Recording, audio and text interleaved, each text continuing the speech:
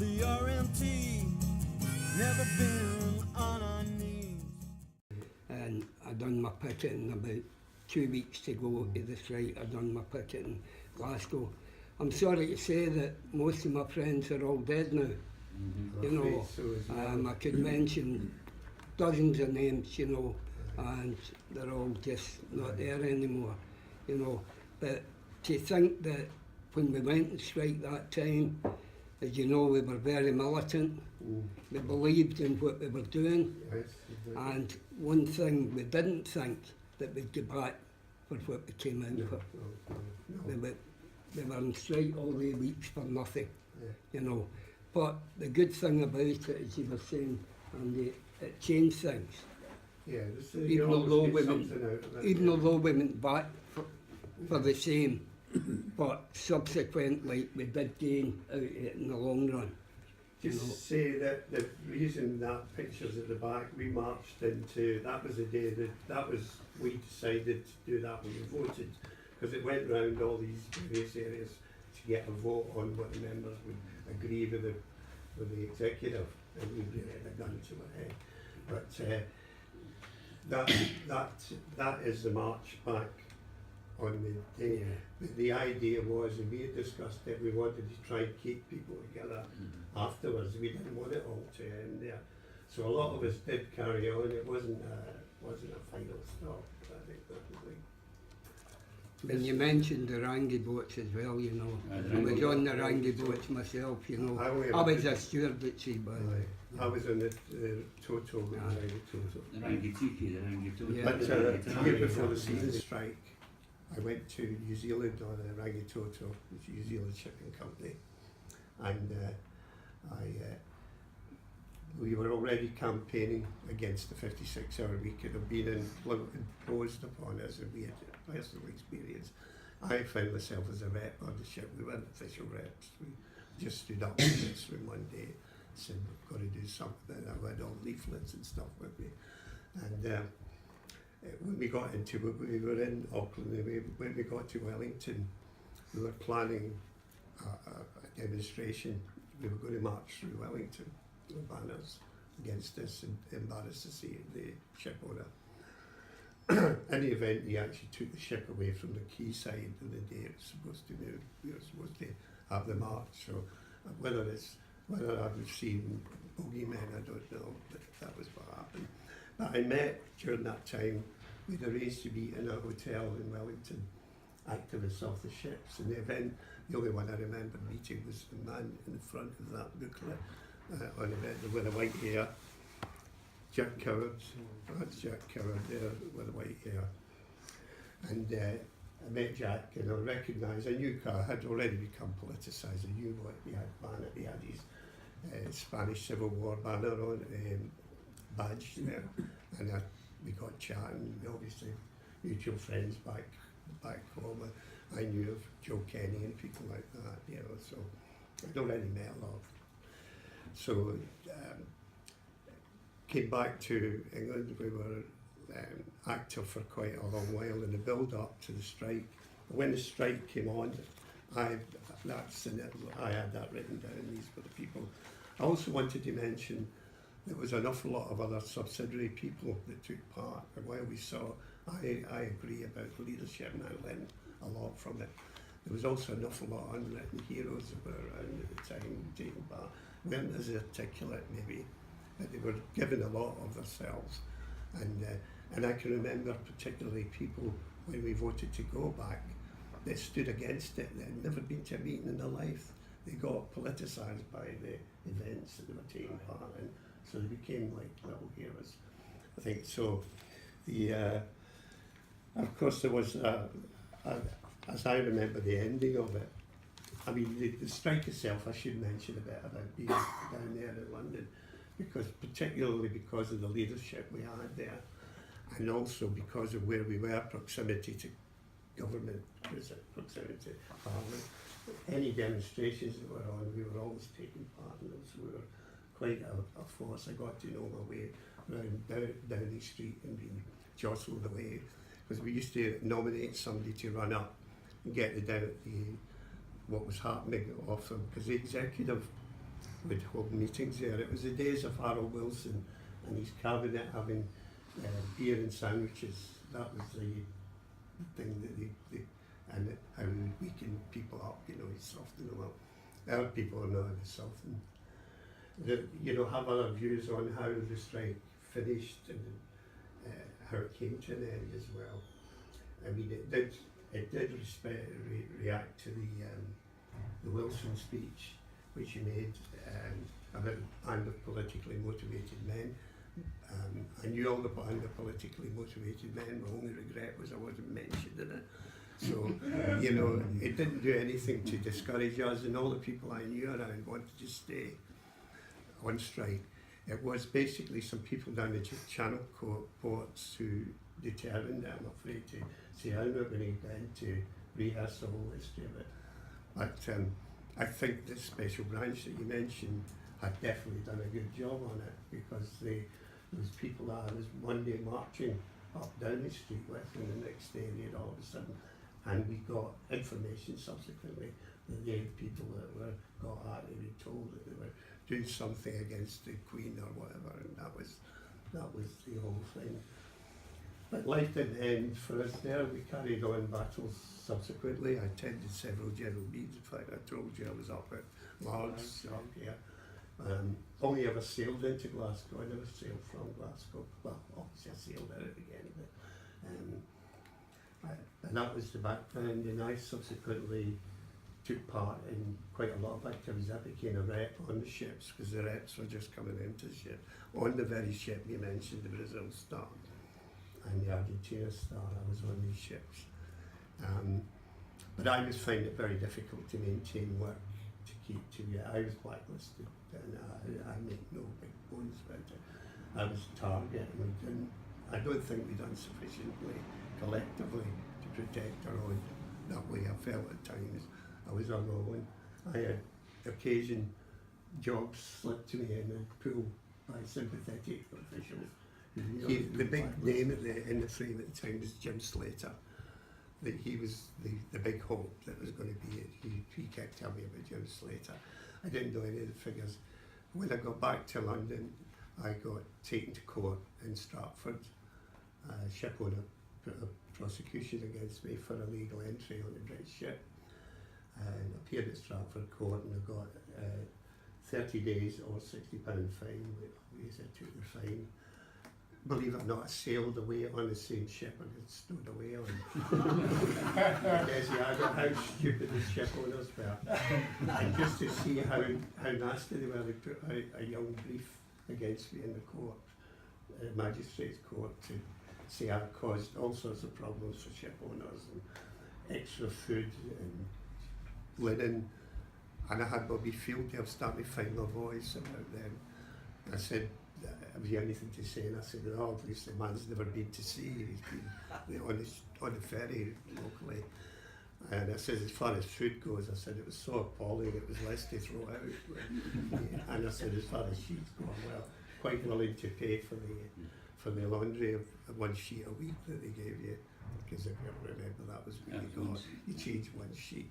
So got back to London. I thought I ended up after the court just going home to East Kilbride, as I lived at the time, and my people were there. I hadn't even visited that house. I'd been away at sea, and I arrived in the middle of the night, thumbed the lift back up, came in, and as far as I was concerned, that would be my sea career over. But I got a letter within about 2 weeks later, inviting me down for a committee, and that was where I went to the docks, got a committee, and they got me back on the ships. As I say, Sproon I only remember Sproon being on the committee because we would cross paths much later on in my time in the Seamen's Union. Afterwards, as a result, I ended up doing small trips, rock dodgers, you know, go round and doing run jobs and things like that, and eventually got on the Royal Sovereign, which was a ship that went over to France, been on. It was a pleasure boat, you know, it was all right, it was what got my book stamped up again. But during that time, I stayed in the Mission to Seamen. Anybody knew London, around the Custom House area would know the Flying Angel Mission to Seamen was a big, huge hostel. Gordon, who you mentioned before, would stay there, others would stay there. I got to meet a lot of the activists and I started to mingle with them.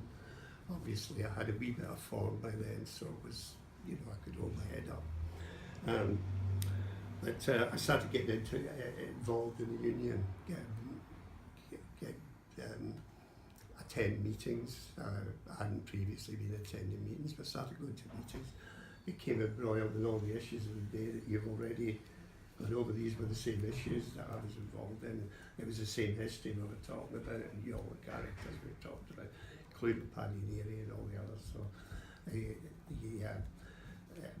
the tea had dropped from the seamen. He had gone as an official, and then so I didn't know other than when we crossed paths at conferences. I was sent down to a ship. I'll give you a little anecdote. I was sent down to a ship in Harwich, or in the port alongside Harwich, and it was over a weekend. And to join, it was only going to be on as a relief. There was a dock strike planned for that weekend. It was starting on the Monday. The dockers were coming out, and when I got down there, they said, "Oh, we cancelled that job." I arrived late on a Saturday night. I couldn't wait to give me money. Say, "Oh, we'll pay you all your expenses if you need go to the hotel and everything." Saying all that, and all the crew were breaking up, so I hadn't a chance to really say. I knew somebody on there that would have been, you know, very interested in that. But it was late in the day. They shoved me back, get back, isn't that? And they said, we just.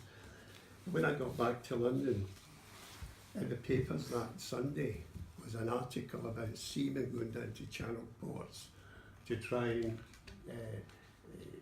enhance the docker strike, to spread the docker strike, which was a load of nonsense. If I thought I was that bloody good, you know, I didn't compromise on it. But it shows you just what was going on. So I had no illusions. I also got to say something about the NUS.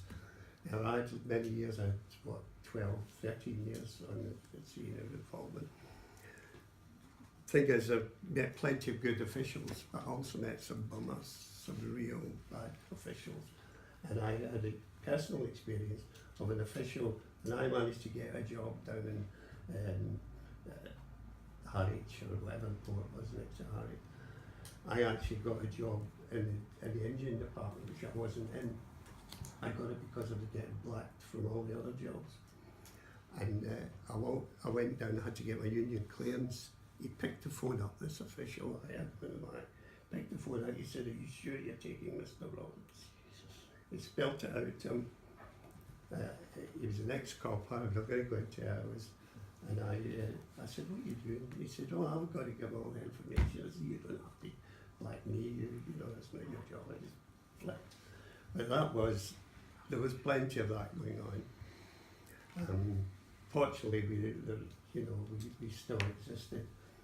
I finally left, going to sea. I was ill. One of the guys that was an official up here, Pat Winane, I don't know if she's remember that room. Well, Pat was actually staying with me in East London. I had digs down there at a ropey old flat. We'd go out for a pint and Pat was staying with me. And I came over ill. I'd been ill for a wee while, but I came over ill. And I said, Sunday morning, it was Saturday morning, I said, "Pat, can you get me up to the hospital? I think I'm in a bad way. Couldn't stand, I was falling over." And he got that. It turned out I had thyroid fever, so, you know, in a bad way. I was in there for about a month. It was after that I considered that I'd probably had enough going to sea, and I started to go. Went out without any package or anything, so I really wasn't that organised in some ways. But life didn't end for me there, because I carried on in other unions. I became a rep, became a works convener in college that I worked in. Also had a political career of being involved in, of course I'd been right through the 60s on marches. I'd become a professional marcher on Vietnam marches in particular. But when the Chile coup took place, I became involved with the Chile committee, and I was on Ginger O'Connell, who was another seaman down in there. You'll see some pictures of him. he was an older seaman, he was good few years older than me at the time. We set up the East London Chile Solidarity and joined the Chile Solidarity campaign. So he was secretary, he was treasurer, and I was secretary. And we had quite a few years of that. A lot of the people that you mentioned now have gone, and that I associated with, I've seen them in these pictures, it just moves me to see it. Yeah. But I just want to say, first of all, I want to thank you for letting me come here today and do this, because it's your meeting, and it's been a pleasure for me to come along. That man there, Jack Kerr, was probably the biggest influence on me. Gordon, till he died, I used to be his neighbour where we lived. I mean, we were pals for a long time. We fell out often, it could be difficult. And Gordon, I don't know if you remember him, but he was like a hurricane when he came anywhere. And I can remember when he would be around the shipping, the missions where the sailor was staying, Gordon wasn't staying there, but he'd do his rounds. And people say, Gordon's been in. I say, when was he in? They say, this morning. I say, I honestly say, I gotta go round and see it, everything's all right, because he was like, he'd go down there, what we've got to do, bam, bam, bam, no discussion, off he went, you know. And you're talking about Big John McGill, he was one of the people that were around at that time, they're part of it also. So we're all intertwined.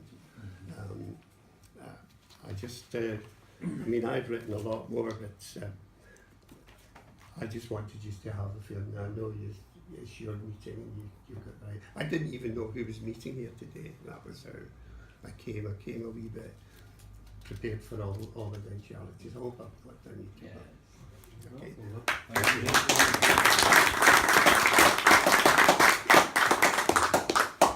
Okay. I stood for the executive in Belfast, right? And Hogarth even says he was amazed at the votes I got. I got 248, right? And the guy beat me with about 12 or 14 votes, was got the plural vote. The old timers was voting for him. I was only getting the young team voted for me. I never got in. See, if you I stood remember, for the executive and didn't get in. if you were a member up to 5 years, you get 2 votes. If you were 10, 15 and 20, you got up to 30 votes.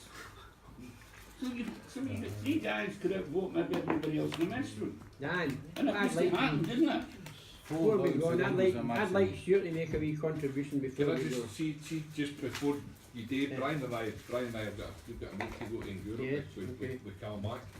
But just one of the things that we've done, there's quite a lot of stuff. We're going to do quite a bit at the AGM, but it was really impressive, the kind of stuff, as well as this great booklet, the banners and all sorts of stuff. But there was also some other stuff, the pens and stuff like that here, but there's also t-shirts. We'll get t-shirts for Braddock, Jerry, Billy and Jack. So Ryan's got t-shirts, so there's T-shirts are they're commemorating the BGF and the strike, and they've got the slogan on the back. No great expense spared by the RMT with that one. As you can see, we've got, you know, the badges here, which I'm sure people will cherish.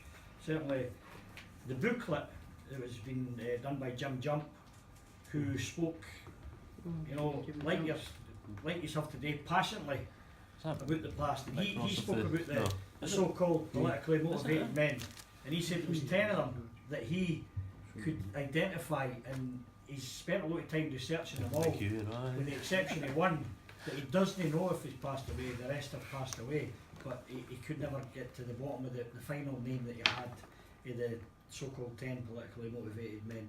But Jim spoke with a passion, and I've never seen an audience so enthralled with a subject as I think what we've seen here today. And I think George alluded to what you said, Jackie, about this is our meeting. You know, these meetings wouldn't take place if it wasn't for the people like yourselves who stood fast when we had to.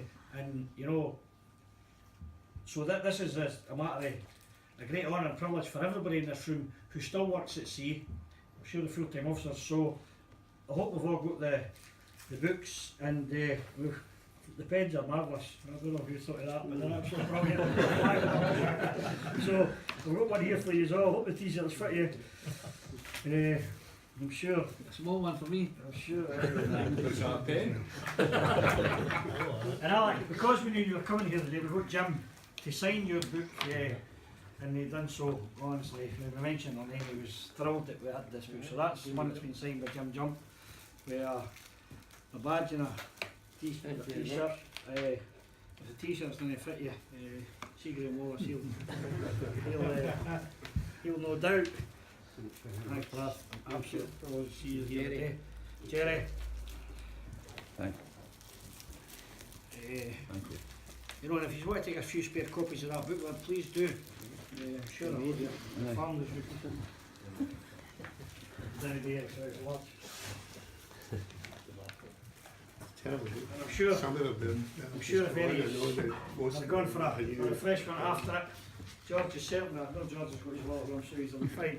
Yeah. You've seen this one. Thank you very much. Thank you. That's great. Thanks very much. That's how you spell RMT.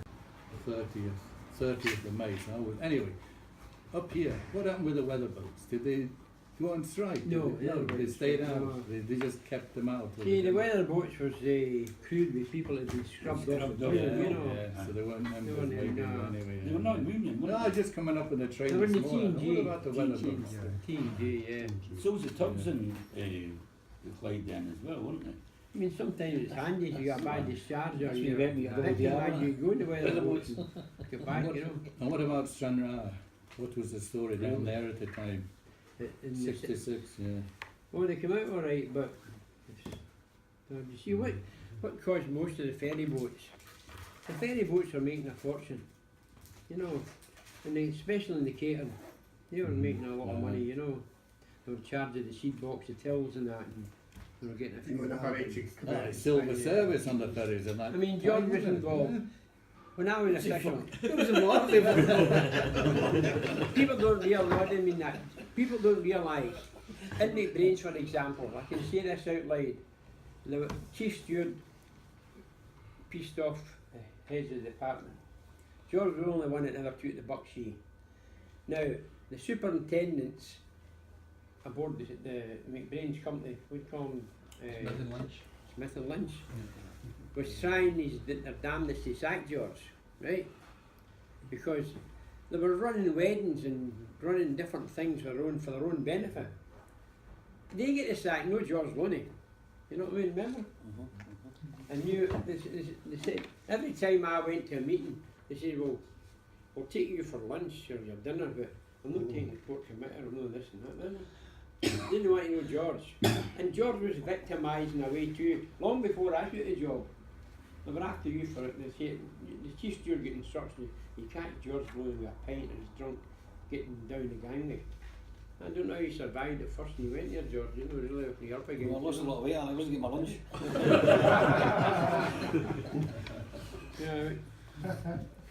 Yeah. Anyway, nowadays with all this access to the internet, you'll be surprised how much you can find out about the 66 strike. There's lots of stuff comes up. Yeah.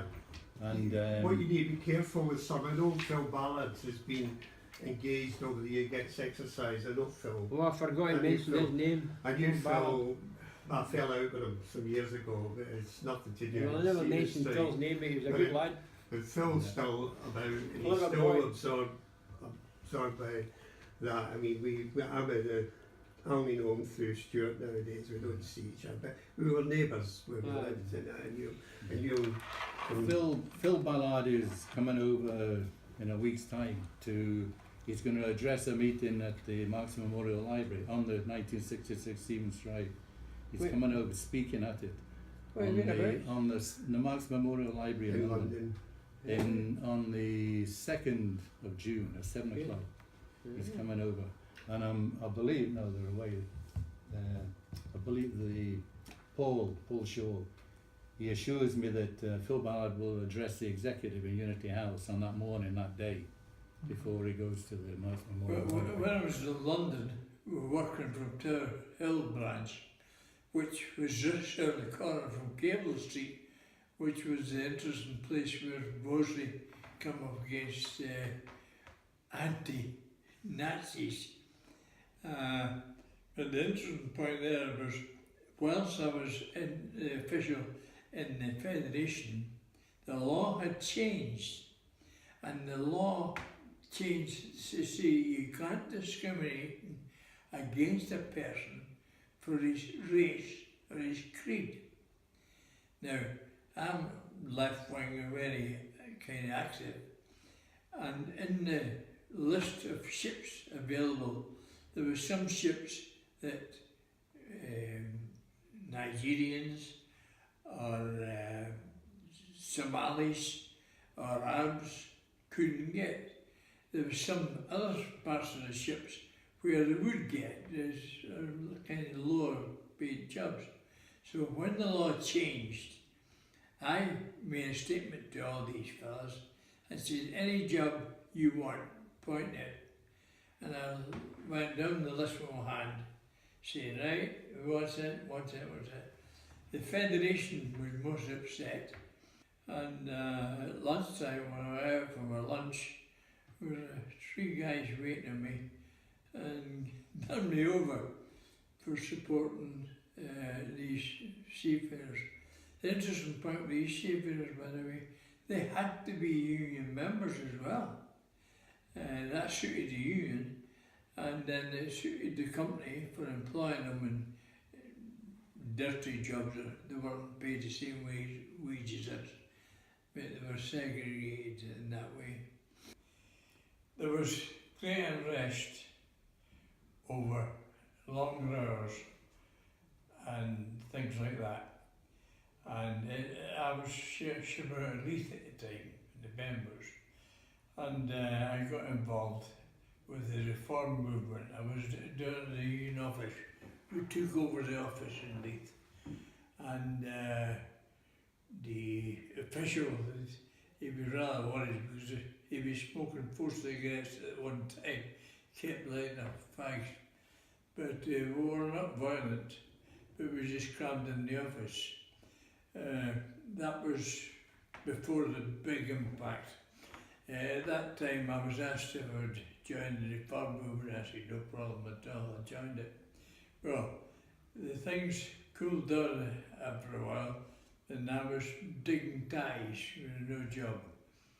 And then the only job that was going, it was open, and I got it. 2 or 3 other guys got it, and they weren't the best. They were seeming with big problems and that. And once we joined the ship, we found out, in fact, the masters and mates themselves had problems.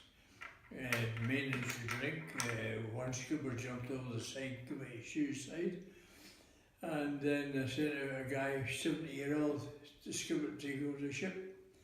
So after that 10 months out, I came back, and the reform movement really got off the ground. And then we took action. But I've been recommended as a union official. So my first job at the reform movement, or at the NUS, was in Belfast, where the reform movement was strong, but not as quite strong as it was when I got back to London. In London, it was a famous case of the, the politically motivated members who had met in a room this time was the Communist Party headquarters in London. And Harold Wilson, of course, at that time was backing us. And our fight wasn't with Wilson, it was with the ship owners. Part of the fight was that we landed up with a 44-hour week. And the argument was you got paid if you were at sea, and you didn't get paid if you were in port. And the other problem was they only paid it if you needed to do the job. And that left us with a skipper who decided whether your job was possible or not. And many cases were imposed with the 40 hours.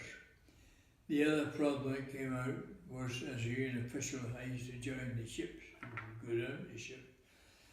And where previously we've been arguing that the ship was lying in port, we were now arguing that the ship was at sea, because you got paid money if the ship was at sea, but you didn't get paid money in port. And in fact, one of the ships that involved them was up the river in Burma, and we couldn't get ashore. It was just, there was nothing there, just a jungle. And we had to unload on these big logs and stuff, and there was no shore leave because there was nowhere to go. And of course we were informed by the company that we were in port, and that we wouldn't get paid the import rate for over 40 hours. And that caused a bit of a stink as well. The chief engineer in the ship, we had to search his cabin every time we left port because he had bottles hidden all over. The second mate was a drunkard, he was always out and drink. It was a horrible ship that. It got involved with the union, and union official came aboard the ship, and I said, what's all that paperwork? So I said I was studying, and he said, no, you're studying. I said, trade unions and international unions. Oh, he says, you're looking for an official. It's interesting enough, actually, that at the time they were stopping reform members who were active becoming officials. And in fact, at a certain occasion when I caused a bit of disruption, the head office staff sitting there turned around and said, where the hell did we get this guy? And the answer was, well, he wasn't one of the reform movement activists, and we thought, well, we needed an official, and he was the easy one. We hadn't heard of him before. And obviously I hadn't heard of him because we've been away at sea for 2 years. Then there was now an official, when the strike took place in the reform movement, all of it, the 40 hours and the 40 hours again. And in this part of the system I had a problem because being away when all the activity was going on for 12, 14 months, the people on the shore in the reform movement obviously didn't trust any union officials, and the union officials didn't trust any left-wingers. Well, I was a left-winger and I spoke up at branch meetings, so in fact the head office didn't like me, were very suspicious, and then the reform movement lads, because I'm official, they didn't like me either, because they couldn't trust me. So in fact I was in between boy.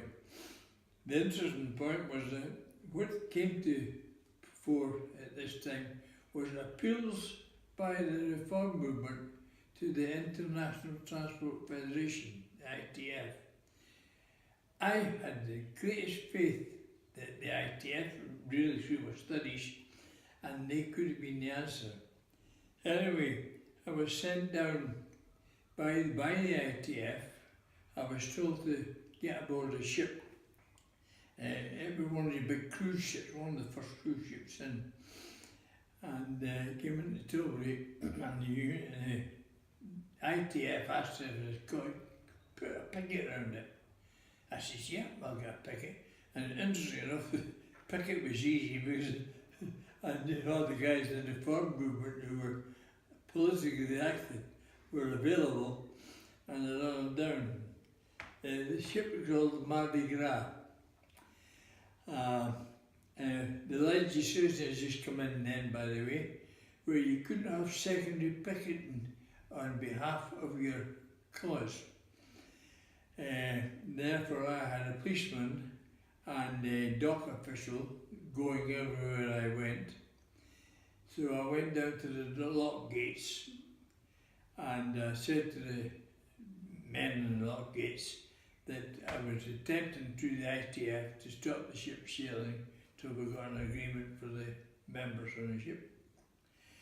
They said, yeah. And I said, as you see, there's nothing hidden here. There's a policeman there, and also there's a docks official there. And it's illegal for me to ask anybody of a different union to support us. I said, but I'll jump to the conclusion you were all ex-seafarers at one time, and you know the problem with the foreign labour and cheap rates. So I'll just tell you the story. That's the story, and I'm walking out of here. And one said, what do you want to say? I said, I'm not asking you anything. I said, you're ex-seafarers, you suffered the wages and the conditions you know score. And I held up the ship. Oldenburger, the boss of the ITF at the time, insisted I was in negotiations when the ship was organised. Unfortunately, when the ship got in New York, we didn't get the same support in New York. But that's just part of the story. In Aberdeen, when I was a branch secretary, I did 17 ships up here. I was threatened with a gun. I was also threatened with a knife in my duties in Aberdeen. Once more, under the auspices of the National Seamen, I crossed ITF. I've just heard lately, I'm on the Port Welfare Committee. By the way, I'm 83, so I'm getting on a bit. I'm on the Port Welfare Committee representing seafarers, and on that committee I was shocked to hear that 2 years ago the ITF said they would not handle any Filipino ships with Filipinos on them. That means they leave these men to the bosses who overrode them. And I'm very disappointed to hear this news. And since this ship's crew of Filipinos didn't get their wages, and in fact one of the wages was taken off them for a taxi from Invergordon to the airport in Aberdeen, which is a long, long way, over 100 miles. And this is the kind of attitude that's prevailing in the docks here just now. Gordon Martin, RMT Regional Organiser. RMT have produced this book, Turning the Tide, which is to commemorate the 50th anniversary of the 1966 Seamen Strike, where members of our predecessor, the National Union of Seamen, were forced into a protracted dispute by the government of the day, the Labour government of the day under Harold Wilson, in collusion with the ship owners. The lesson that the workers of today, seafarers of today, should learn from that is organisation is key to any victory workers will ever achieve. Members and activists in '66 put everything on the line to promote and protect and advance conditions they had at work, fighting for a shorter working week and an increase in pay. That's a lesson and an inspiration to myself as a full-time official of the RMT, and certainly I know from experience that it's an inspiration to members of the shipping branches in Scotland at this time. That's evidenced through the successful Keep Kilmac public campaign, where reps, lay officials and activists from Glasgow and open shipping branches campaigned the length and breadth of the country, the length and breadth of Scotland, through Holyrood as well, through the Scottish Parliament, taking a positive public ownership versus private profit argument to the politicians and the people of Scotland. That came through hard work and organisation, and the men and women that played a full role in 1966 provide the inspiration for us today. Only through being organised will the workers have any chance under the current austerity-driven agenda by the government in Holyrood, the government in Westminster and the bureaucrats in Brussels. RMT are at the forefront of those struggles, in the rail, maritime and transport sectors where we organise. Yeah, when you look back at the meeting we had there with the guys who were involved in the 1966 strike and how they fought for conditions, and their terms and conditions were really atrocious, but they fought for the 40-hour week. Now I went to sea in 1969, so I was the benefactor of these guys and the struggle that these guys had. But since I went to sea as a young galley boy myself, every single year bar none, we've always had a struggle to try and improve and get decent terms and conditions. And as the old adage goes, there's never ever been a benevolent ship owner, and things have not changed really. Today we've still got to fight for everything, you know, and the younger folk today don't realise it, that in the past it's guys like the guys in 1966, like even ourselves, who I remember one dispute that we were in Sydney, Australia, on a ship called the Ocean Monarch, where we all went on strike for better terms and conditions because the cost of living there was far higher than ours, and they sacked us all, fined us £50 and flew us home to a committee. But obviously if it wasn't for the scabs that went out to the ship actually benefited from what we had rejected. But if we hadn't have done it, then terms and conditions would have remained the same. So even today, if you look at P&O, Stena, Sea-Link, all these companies who had good conditions fought for by the unions went back the way, you know. So the ship owners always there trying to cut costs, trying to reduce your terms and conditions, and if we don't, the younger generation don't take up the cudgel and fight, then they'll soon find out that their terms and conditions will go back the way. So it's an ongoing struggle, and the young guys, and there is some good talent coming up within the young guys, but they've got a fight in their hands as well. I think it's very important, and really, really important, that we remember our colleagues for what they did in 1966, and to never forget the 1966 strike. At the end of the day, those seafarers went on strike to get a 40-hour week and to get better living terms and conditions for all seafarers at the time, who were definitely downtrodden by the ship owners, the greedy ship owners who had always made an awful lot of money out of seafarers. And it's very easy to brush these things under the carpet and forget about them, but these things should never be forgotten, because without those seafarers who stood firm at the time and took on the might of the government, if you like, because if you remember, Wilson said they were the enemy within, and several of them were jailed. Joe Kenny, Paddy Neary and others, you know, who are at the forefront of that. Those people should never be forgotten, because they've made the industry a better place for us all to work in, and we've got a duty and an obligation to carry on that fight and to ensure that the terms and conditions which were preserved for us and have been improved over the years by people before me and along with myself, that we carry on to keep those terms and conditions, improve them and get them better and preserve the jobs for the seafarers going forward. Never forget those who did what before us and did what they did before us and gave the sacrifice, the ultimate sacrifice, by giving up their liberty in some cases. So, you know, it's important in many, many ways that we don't ever forget that, and the next generation should never forget it, and it should be enshrined in our history to remember what was done before by people who stood firm. The video you've seen clearly shows of days gone by when people stood together to bring about change. Times have changed considerably. Bosses have changed, the working class has changed. But what hasn't changed is the need for unity amongst workers. These guys have played their part. Today it's the time for the youth to get involved and play their part.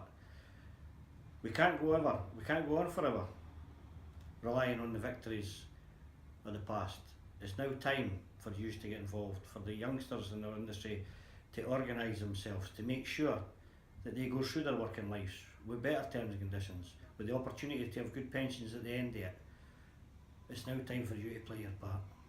The way you can get involved today and to create a better future for you and those around you, whether it's in your workplace or in your community, is to join a trade union. The trade union that you should join is the RMT.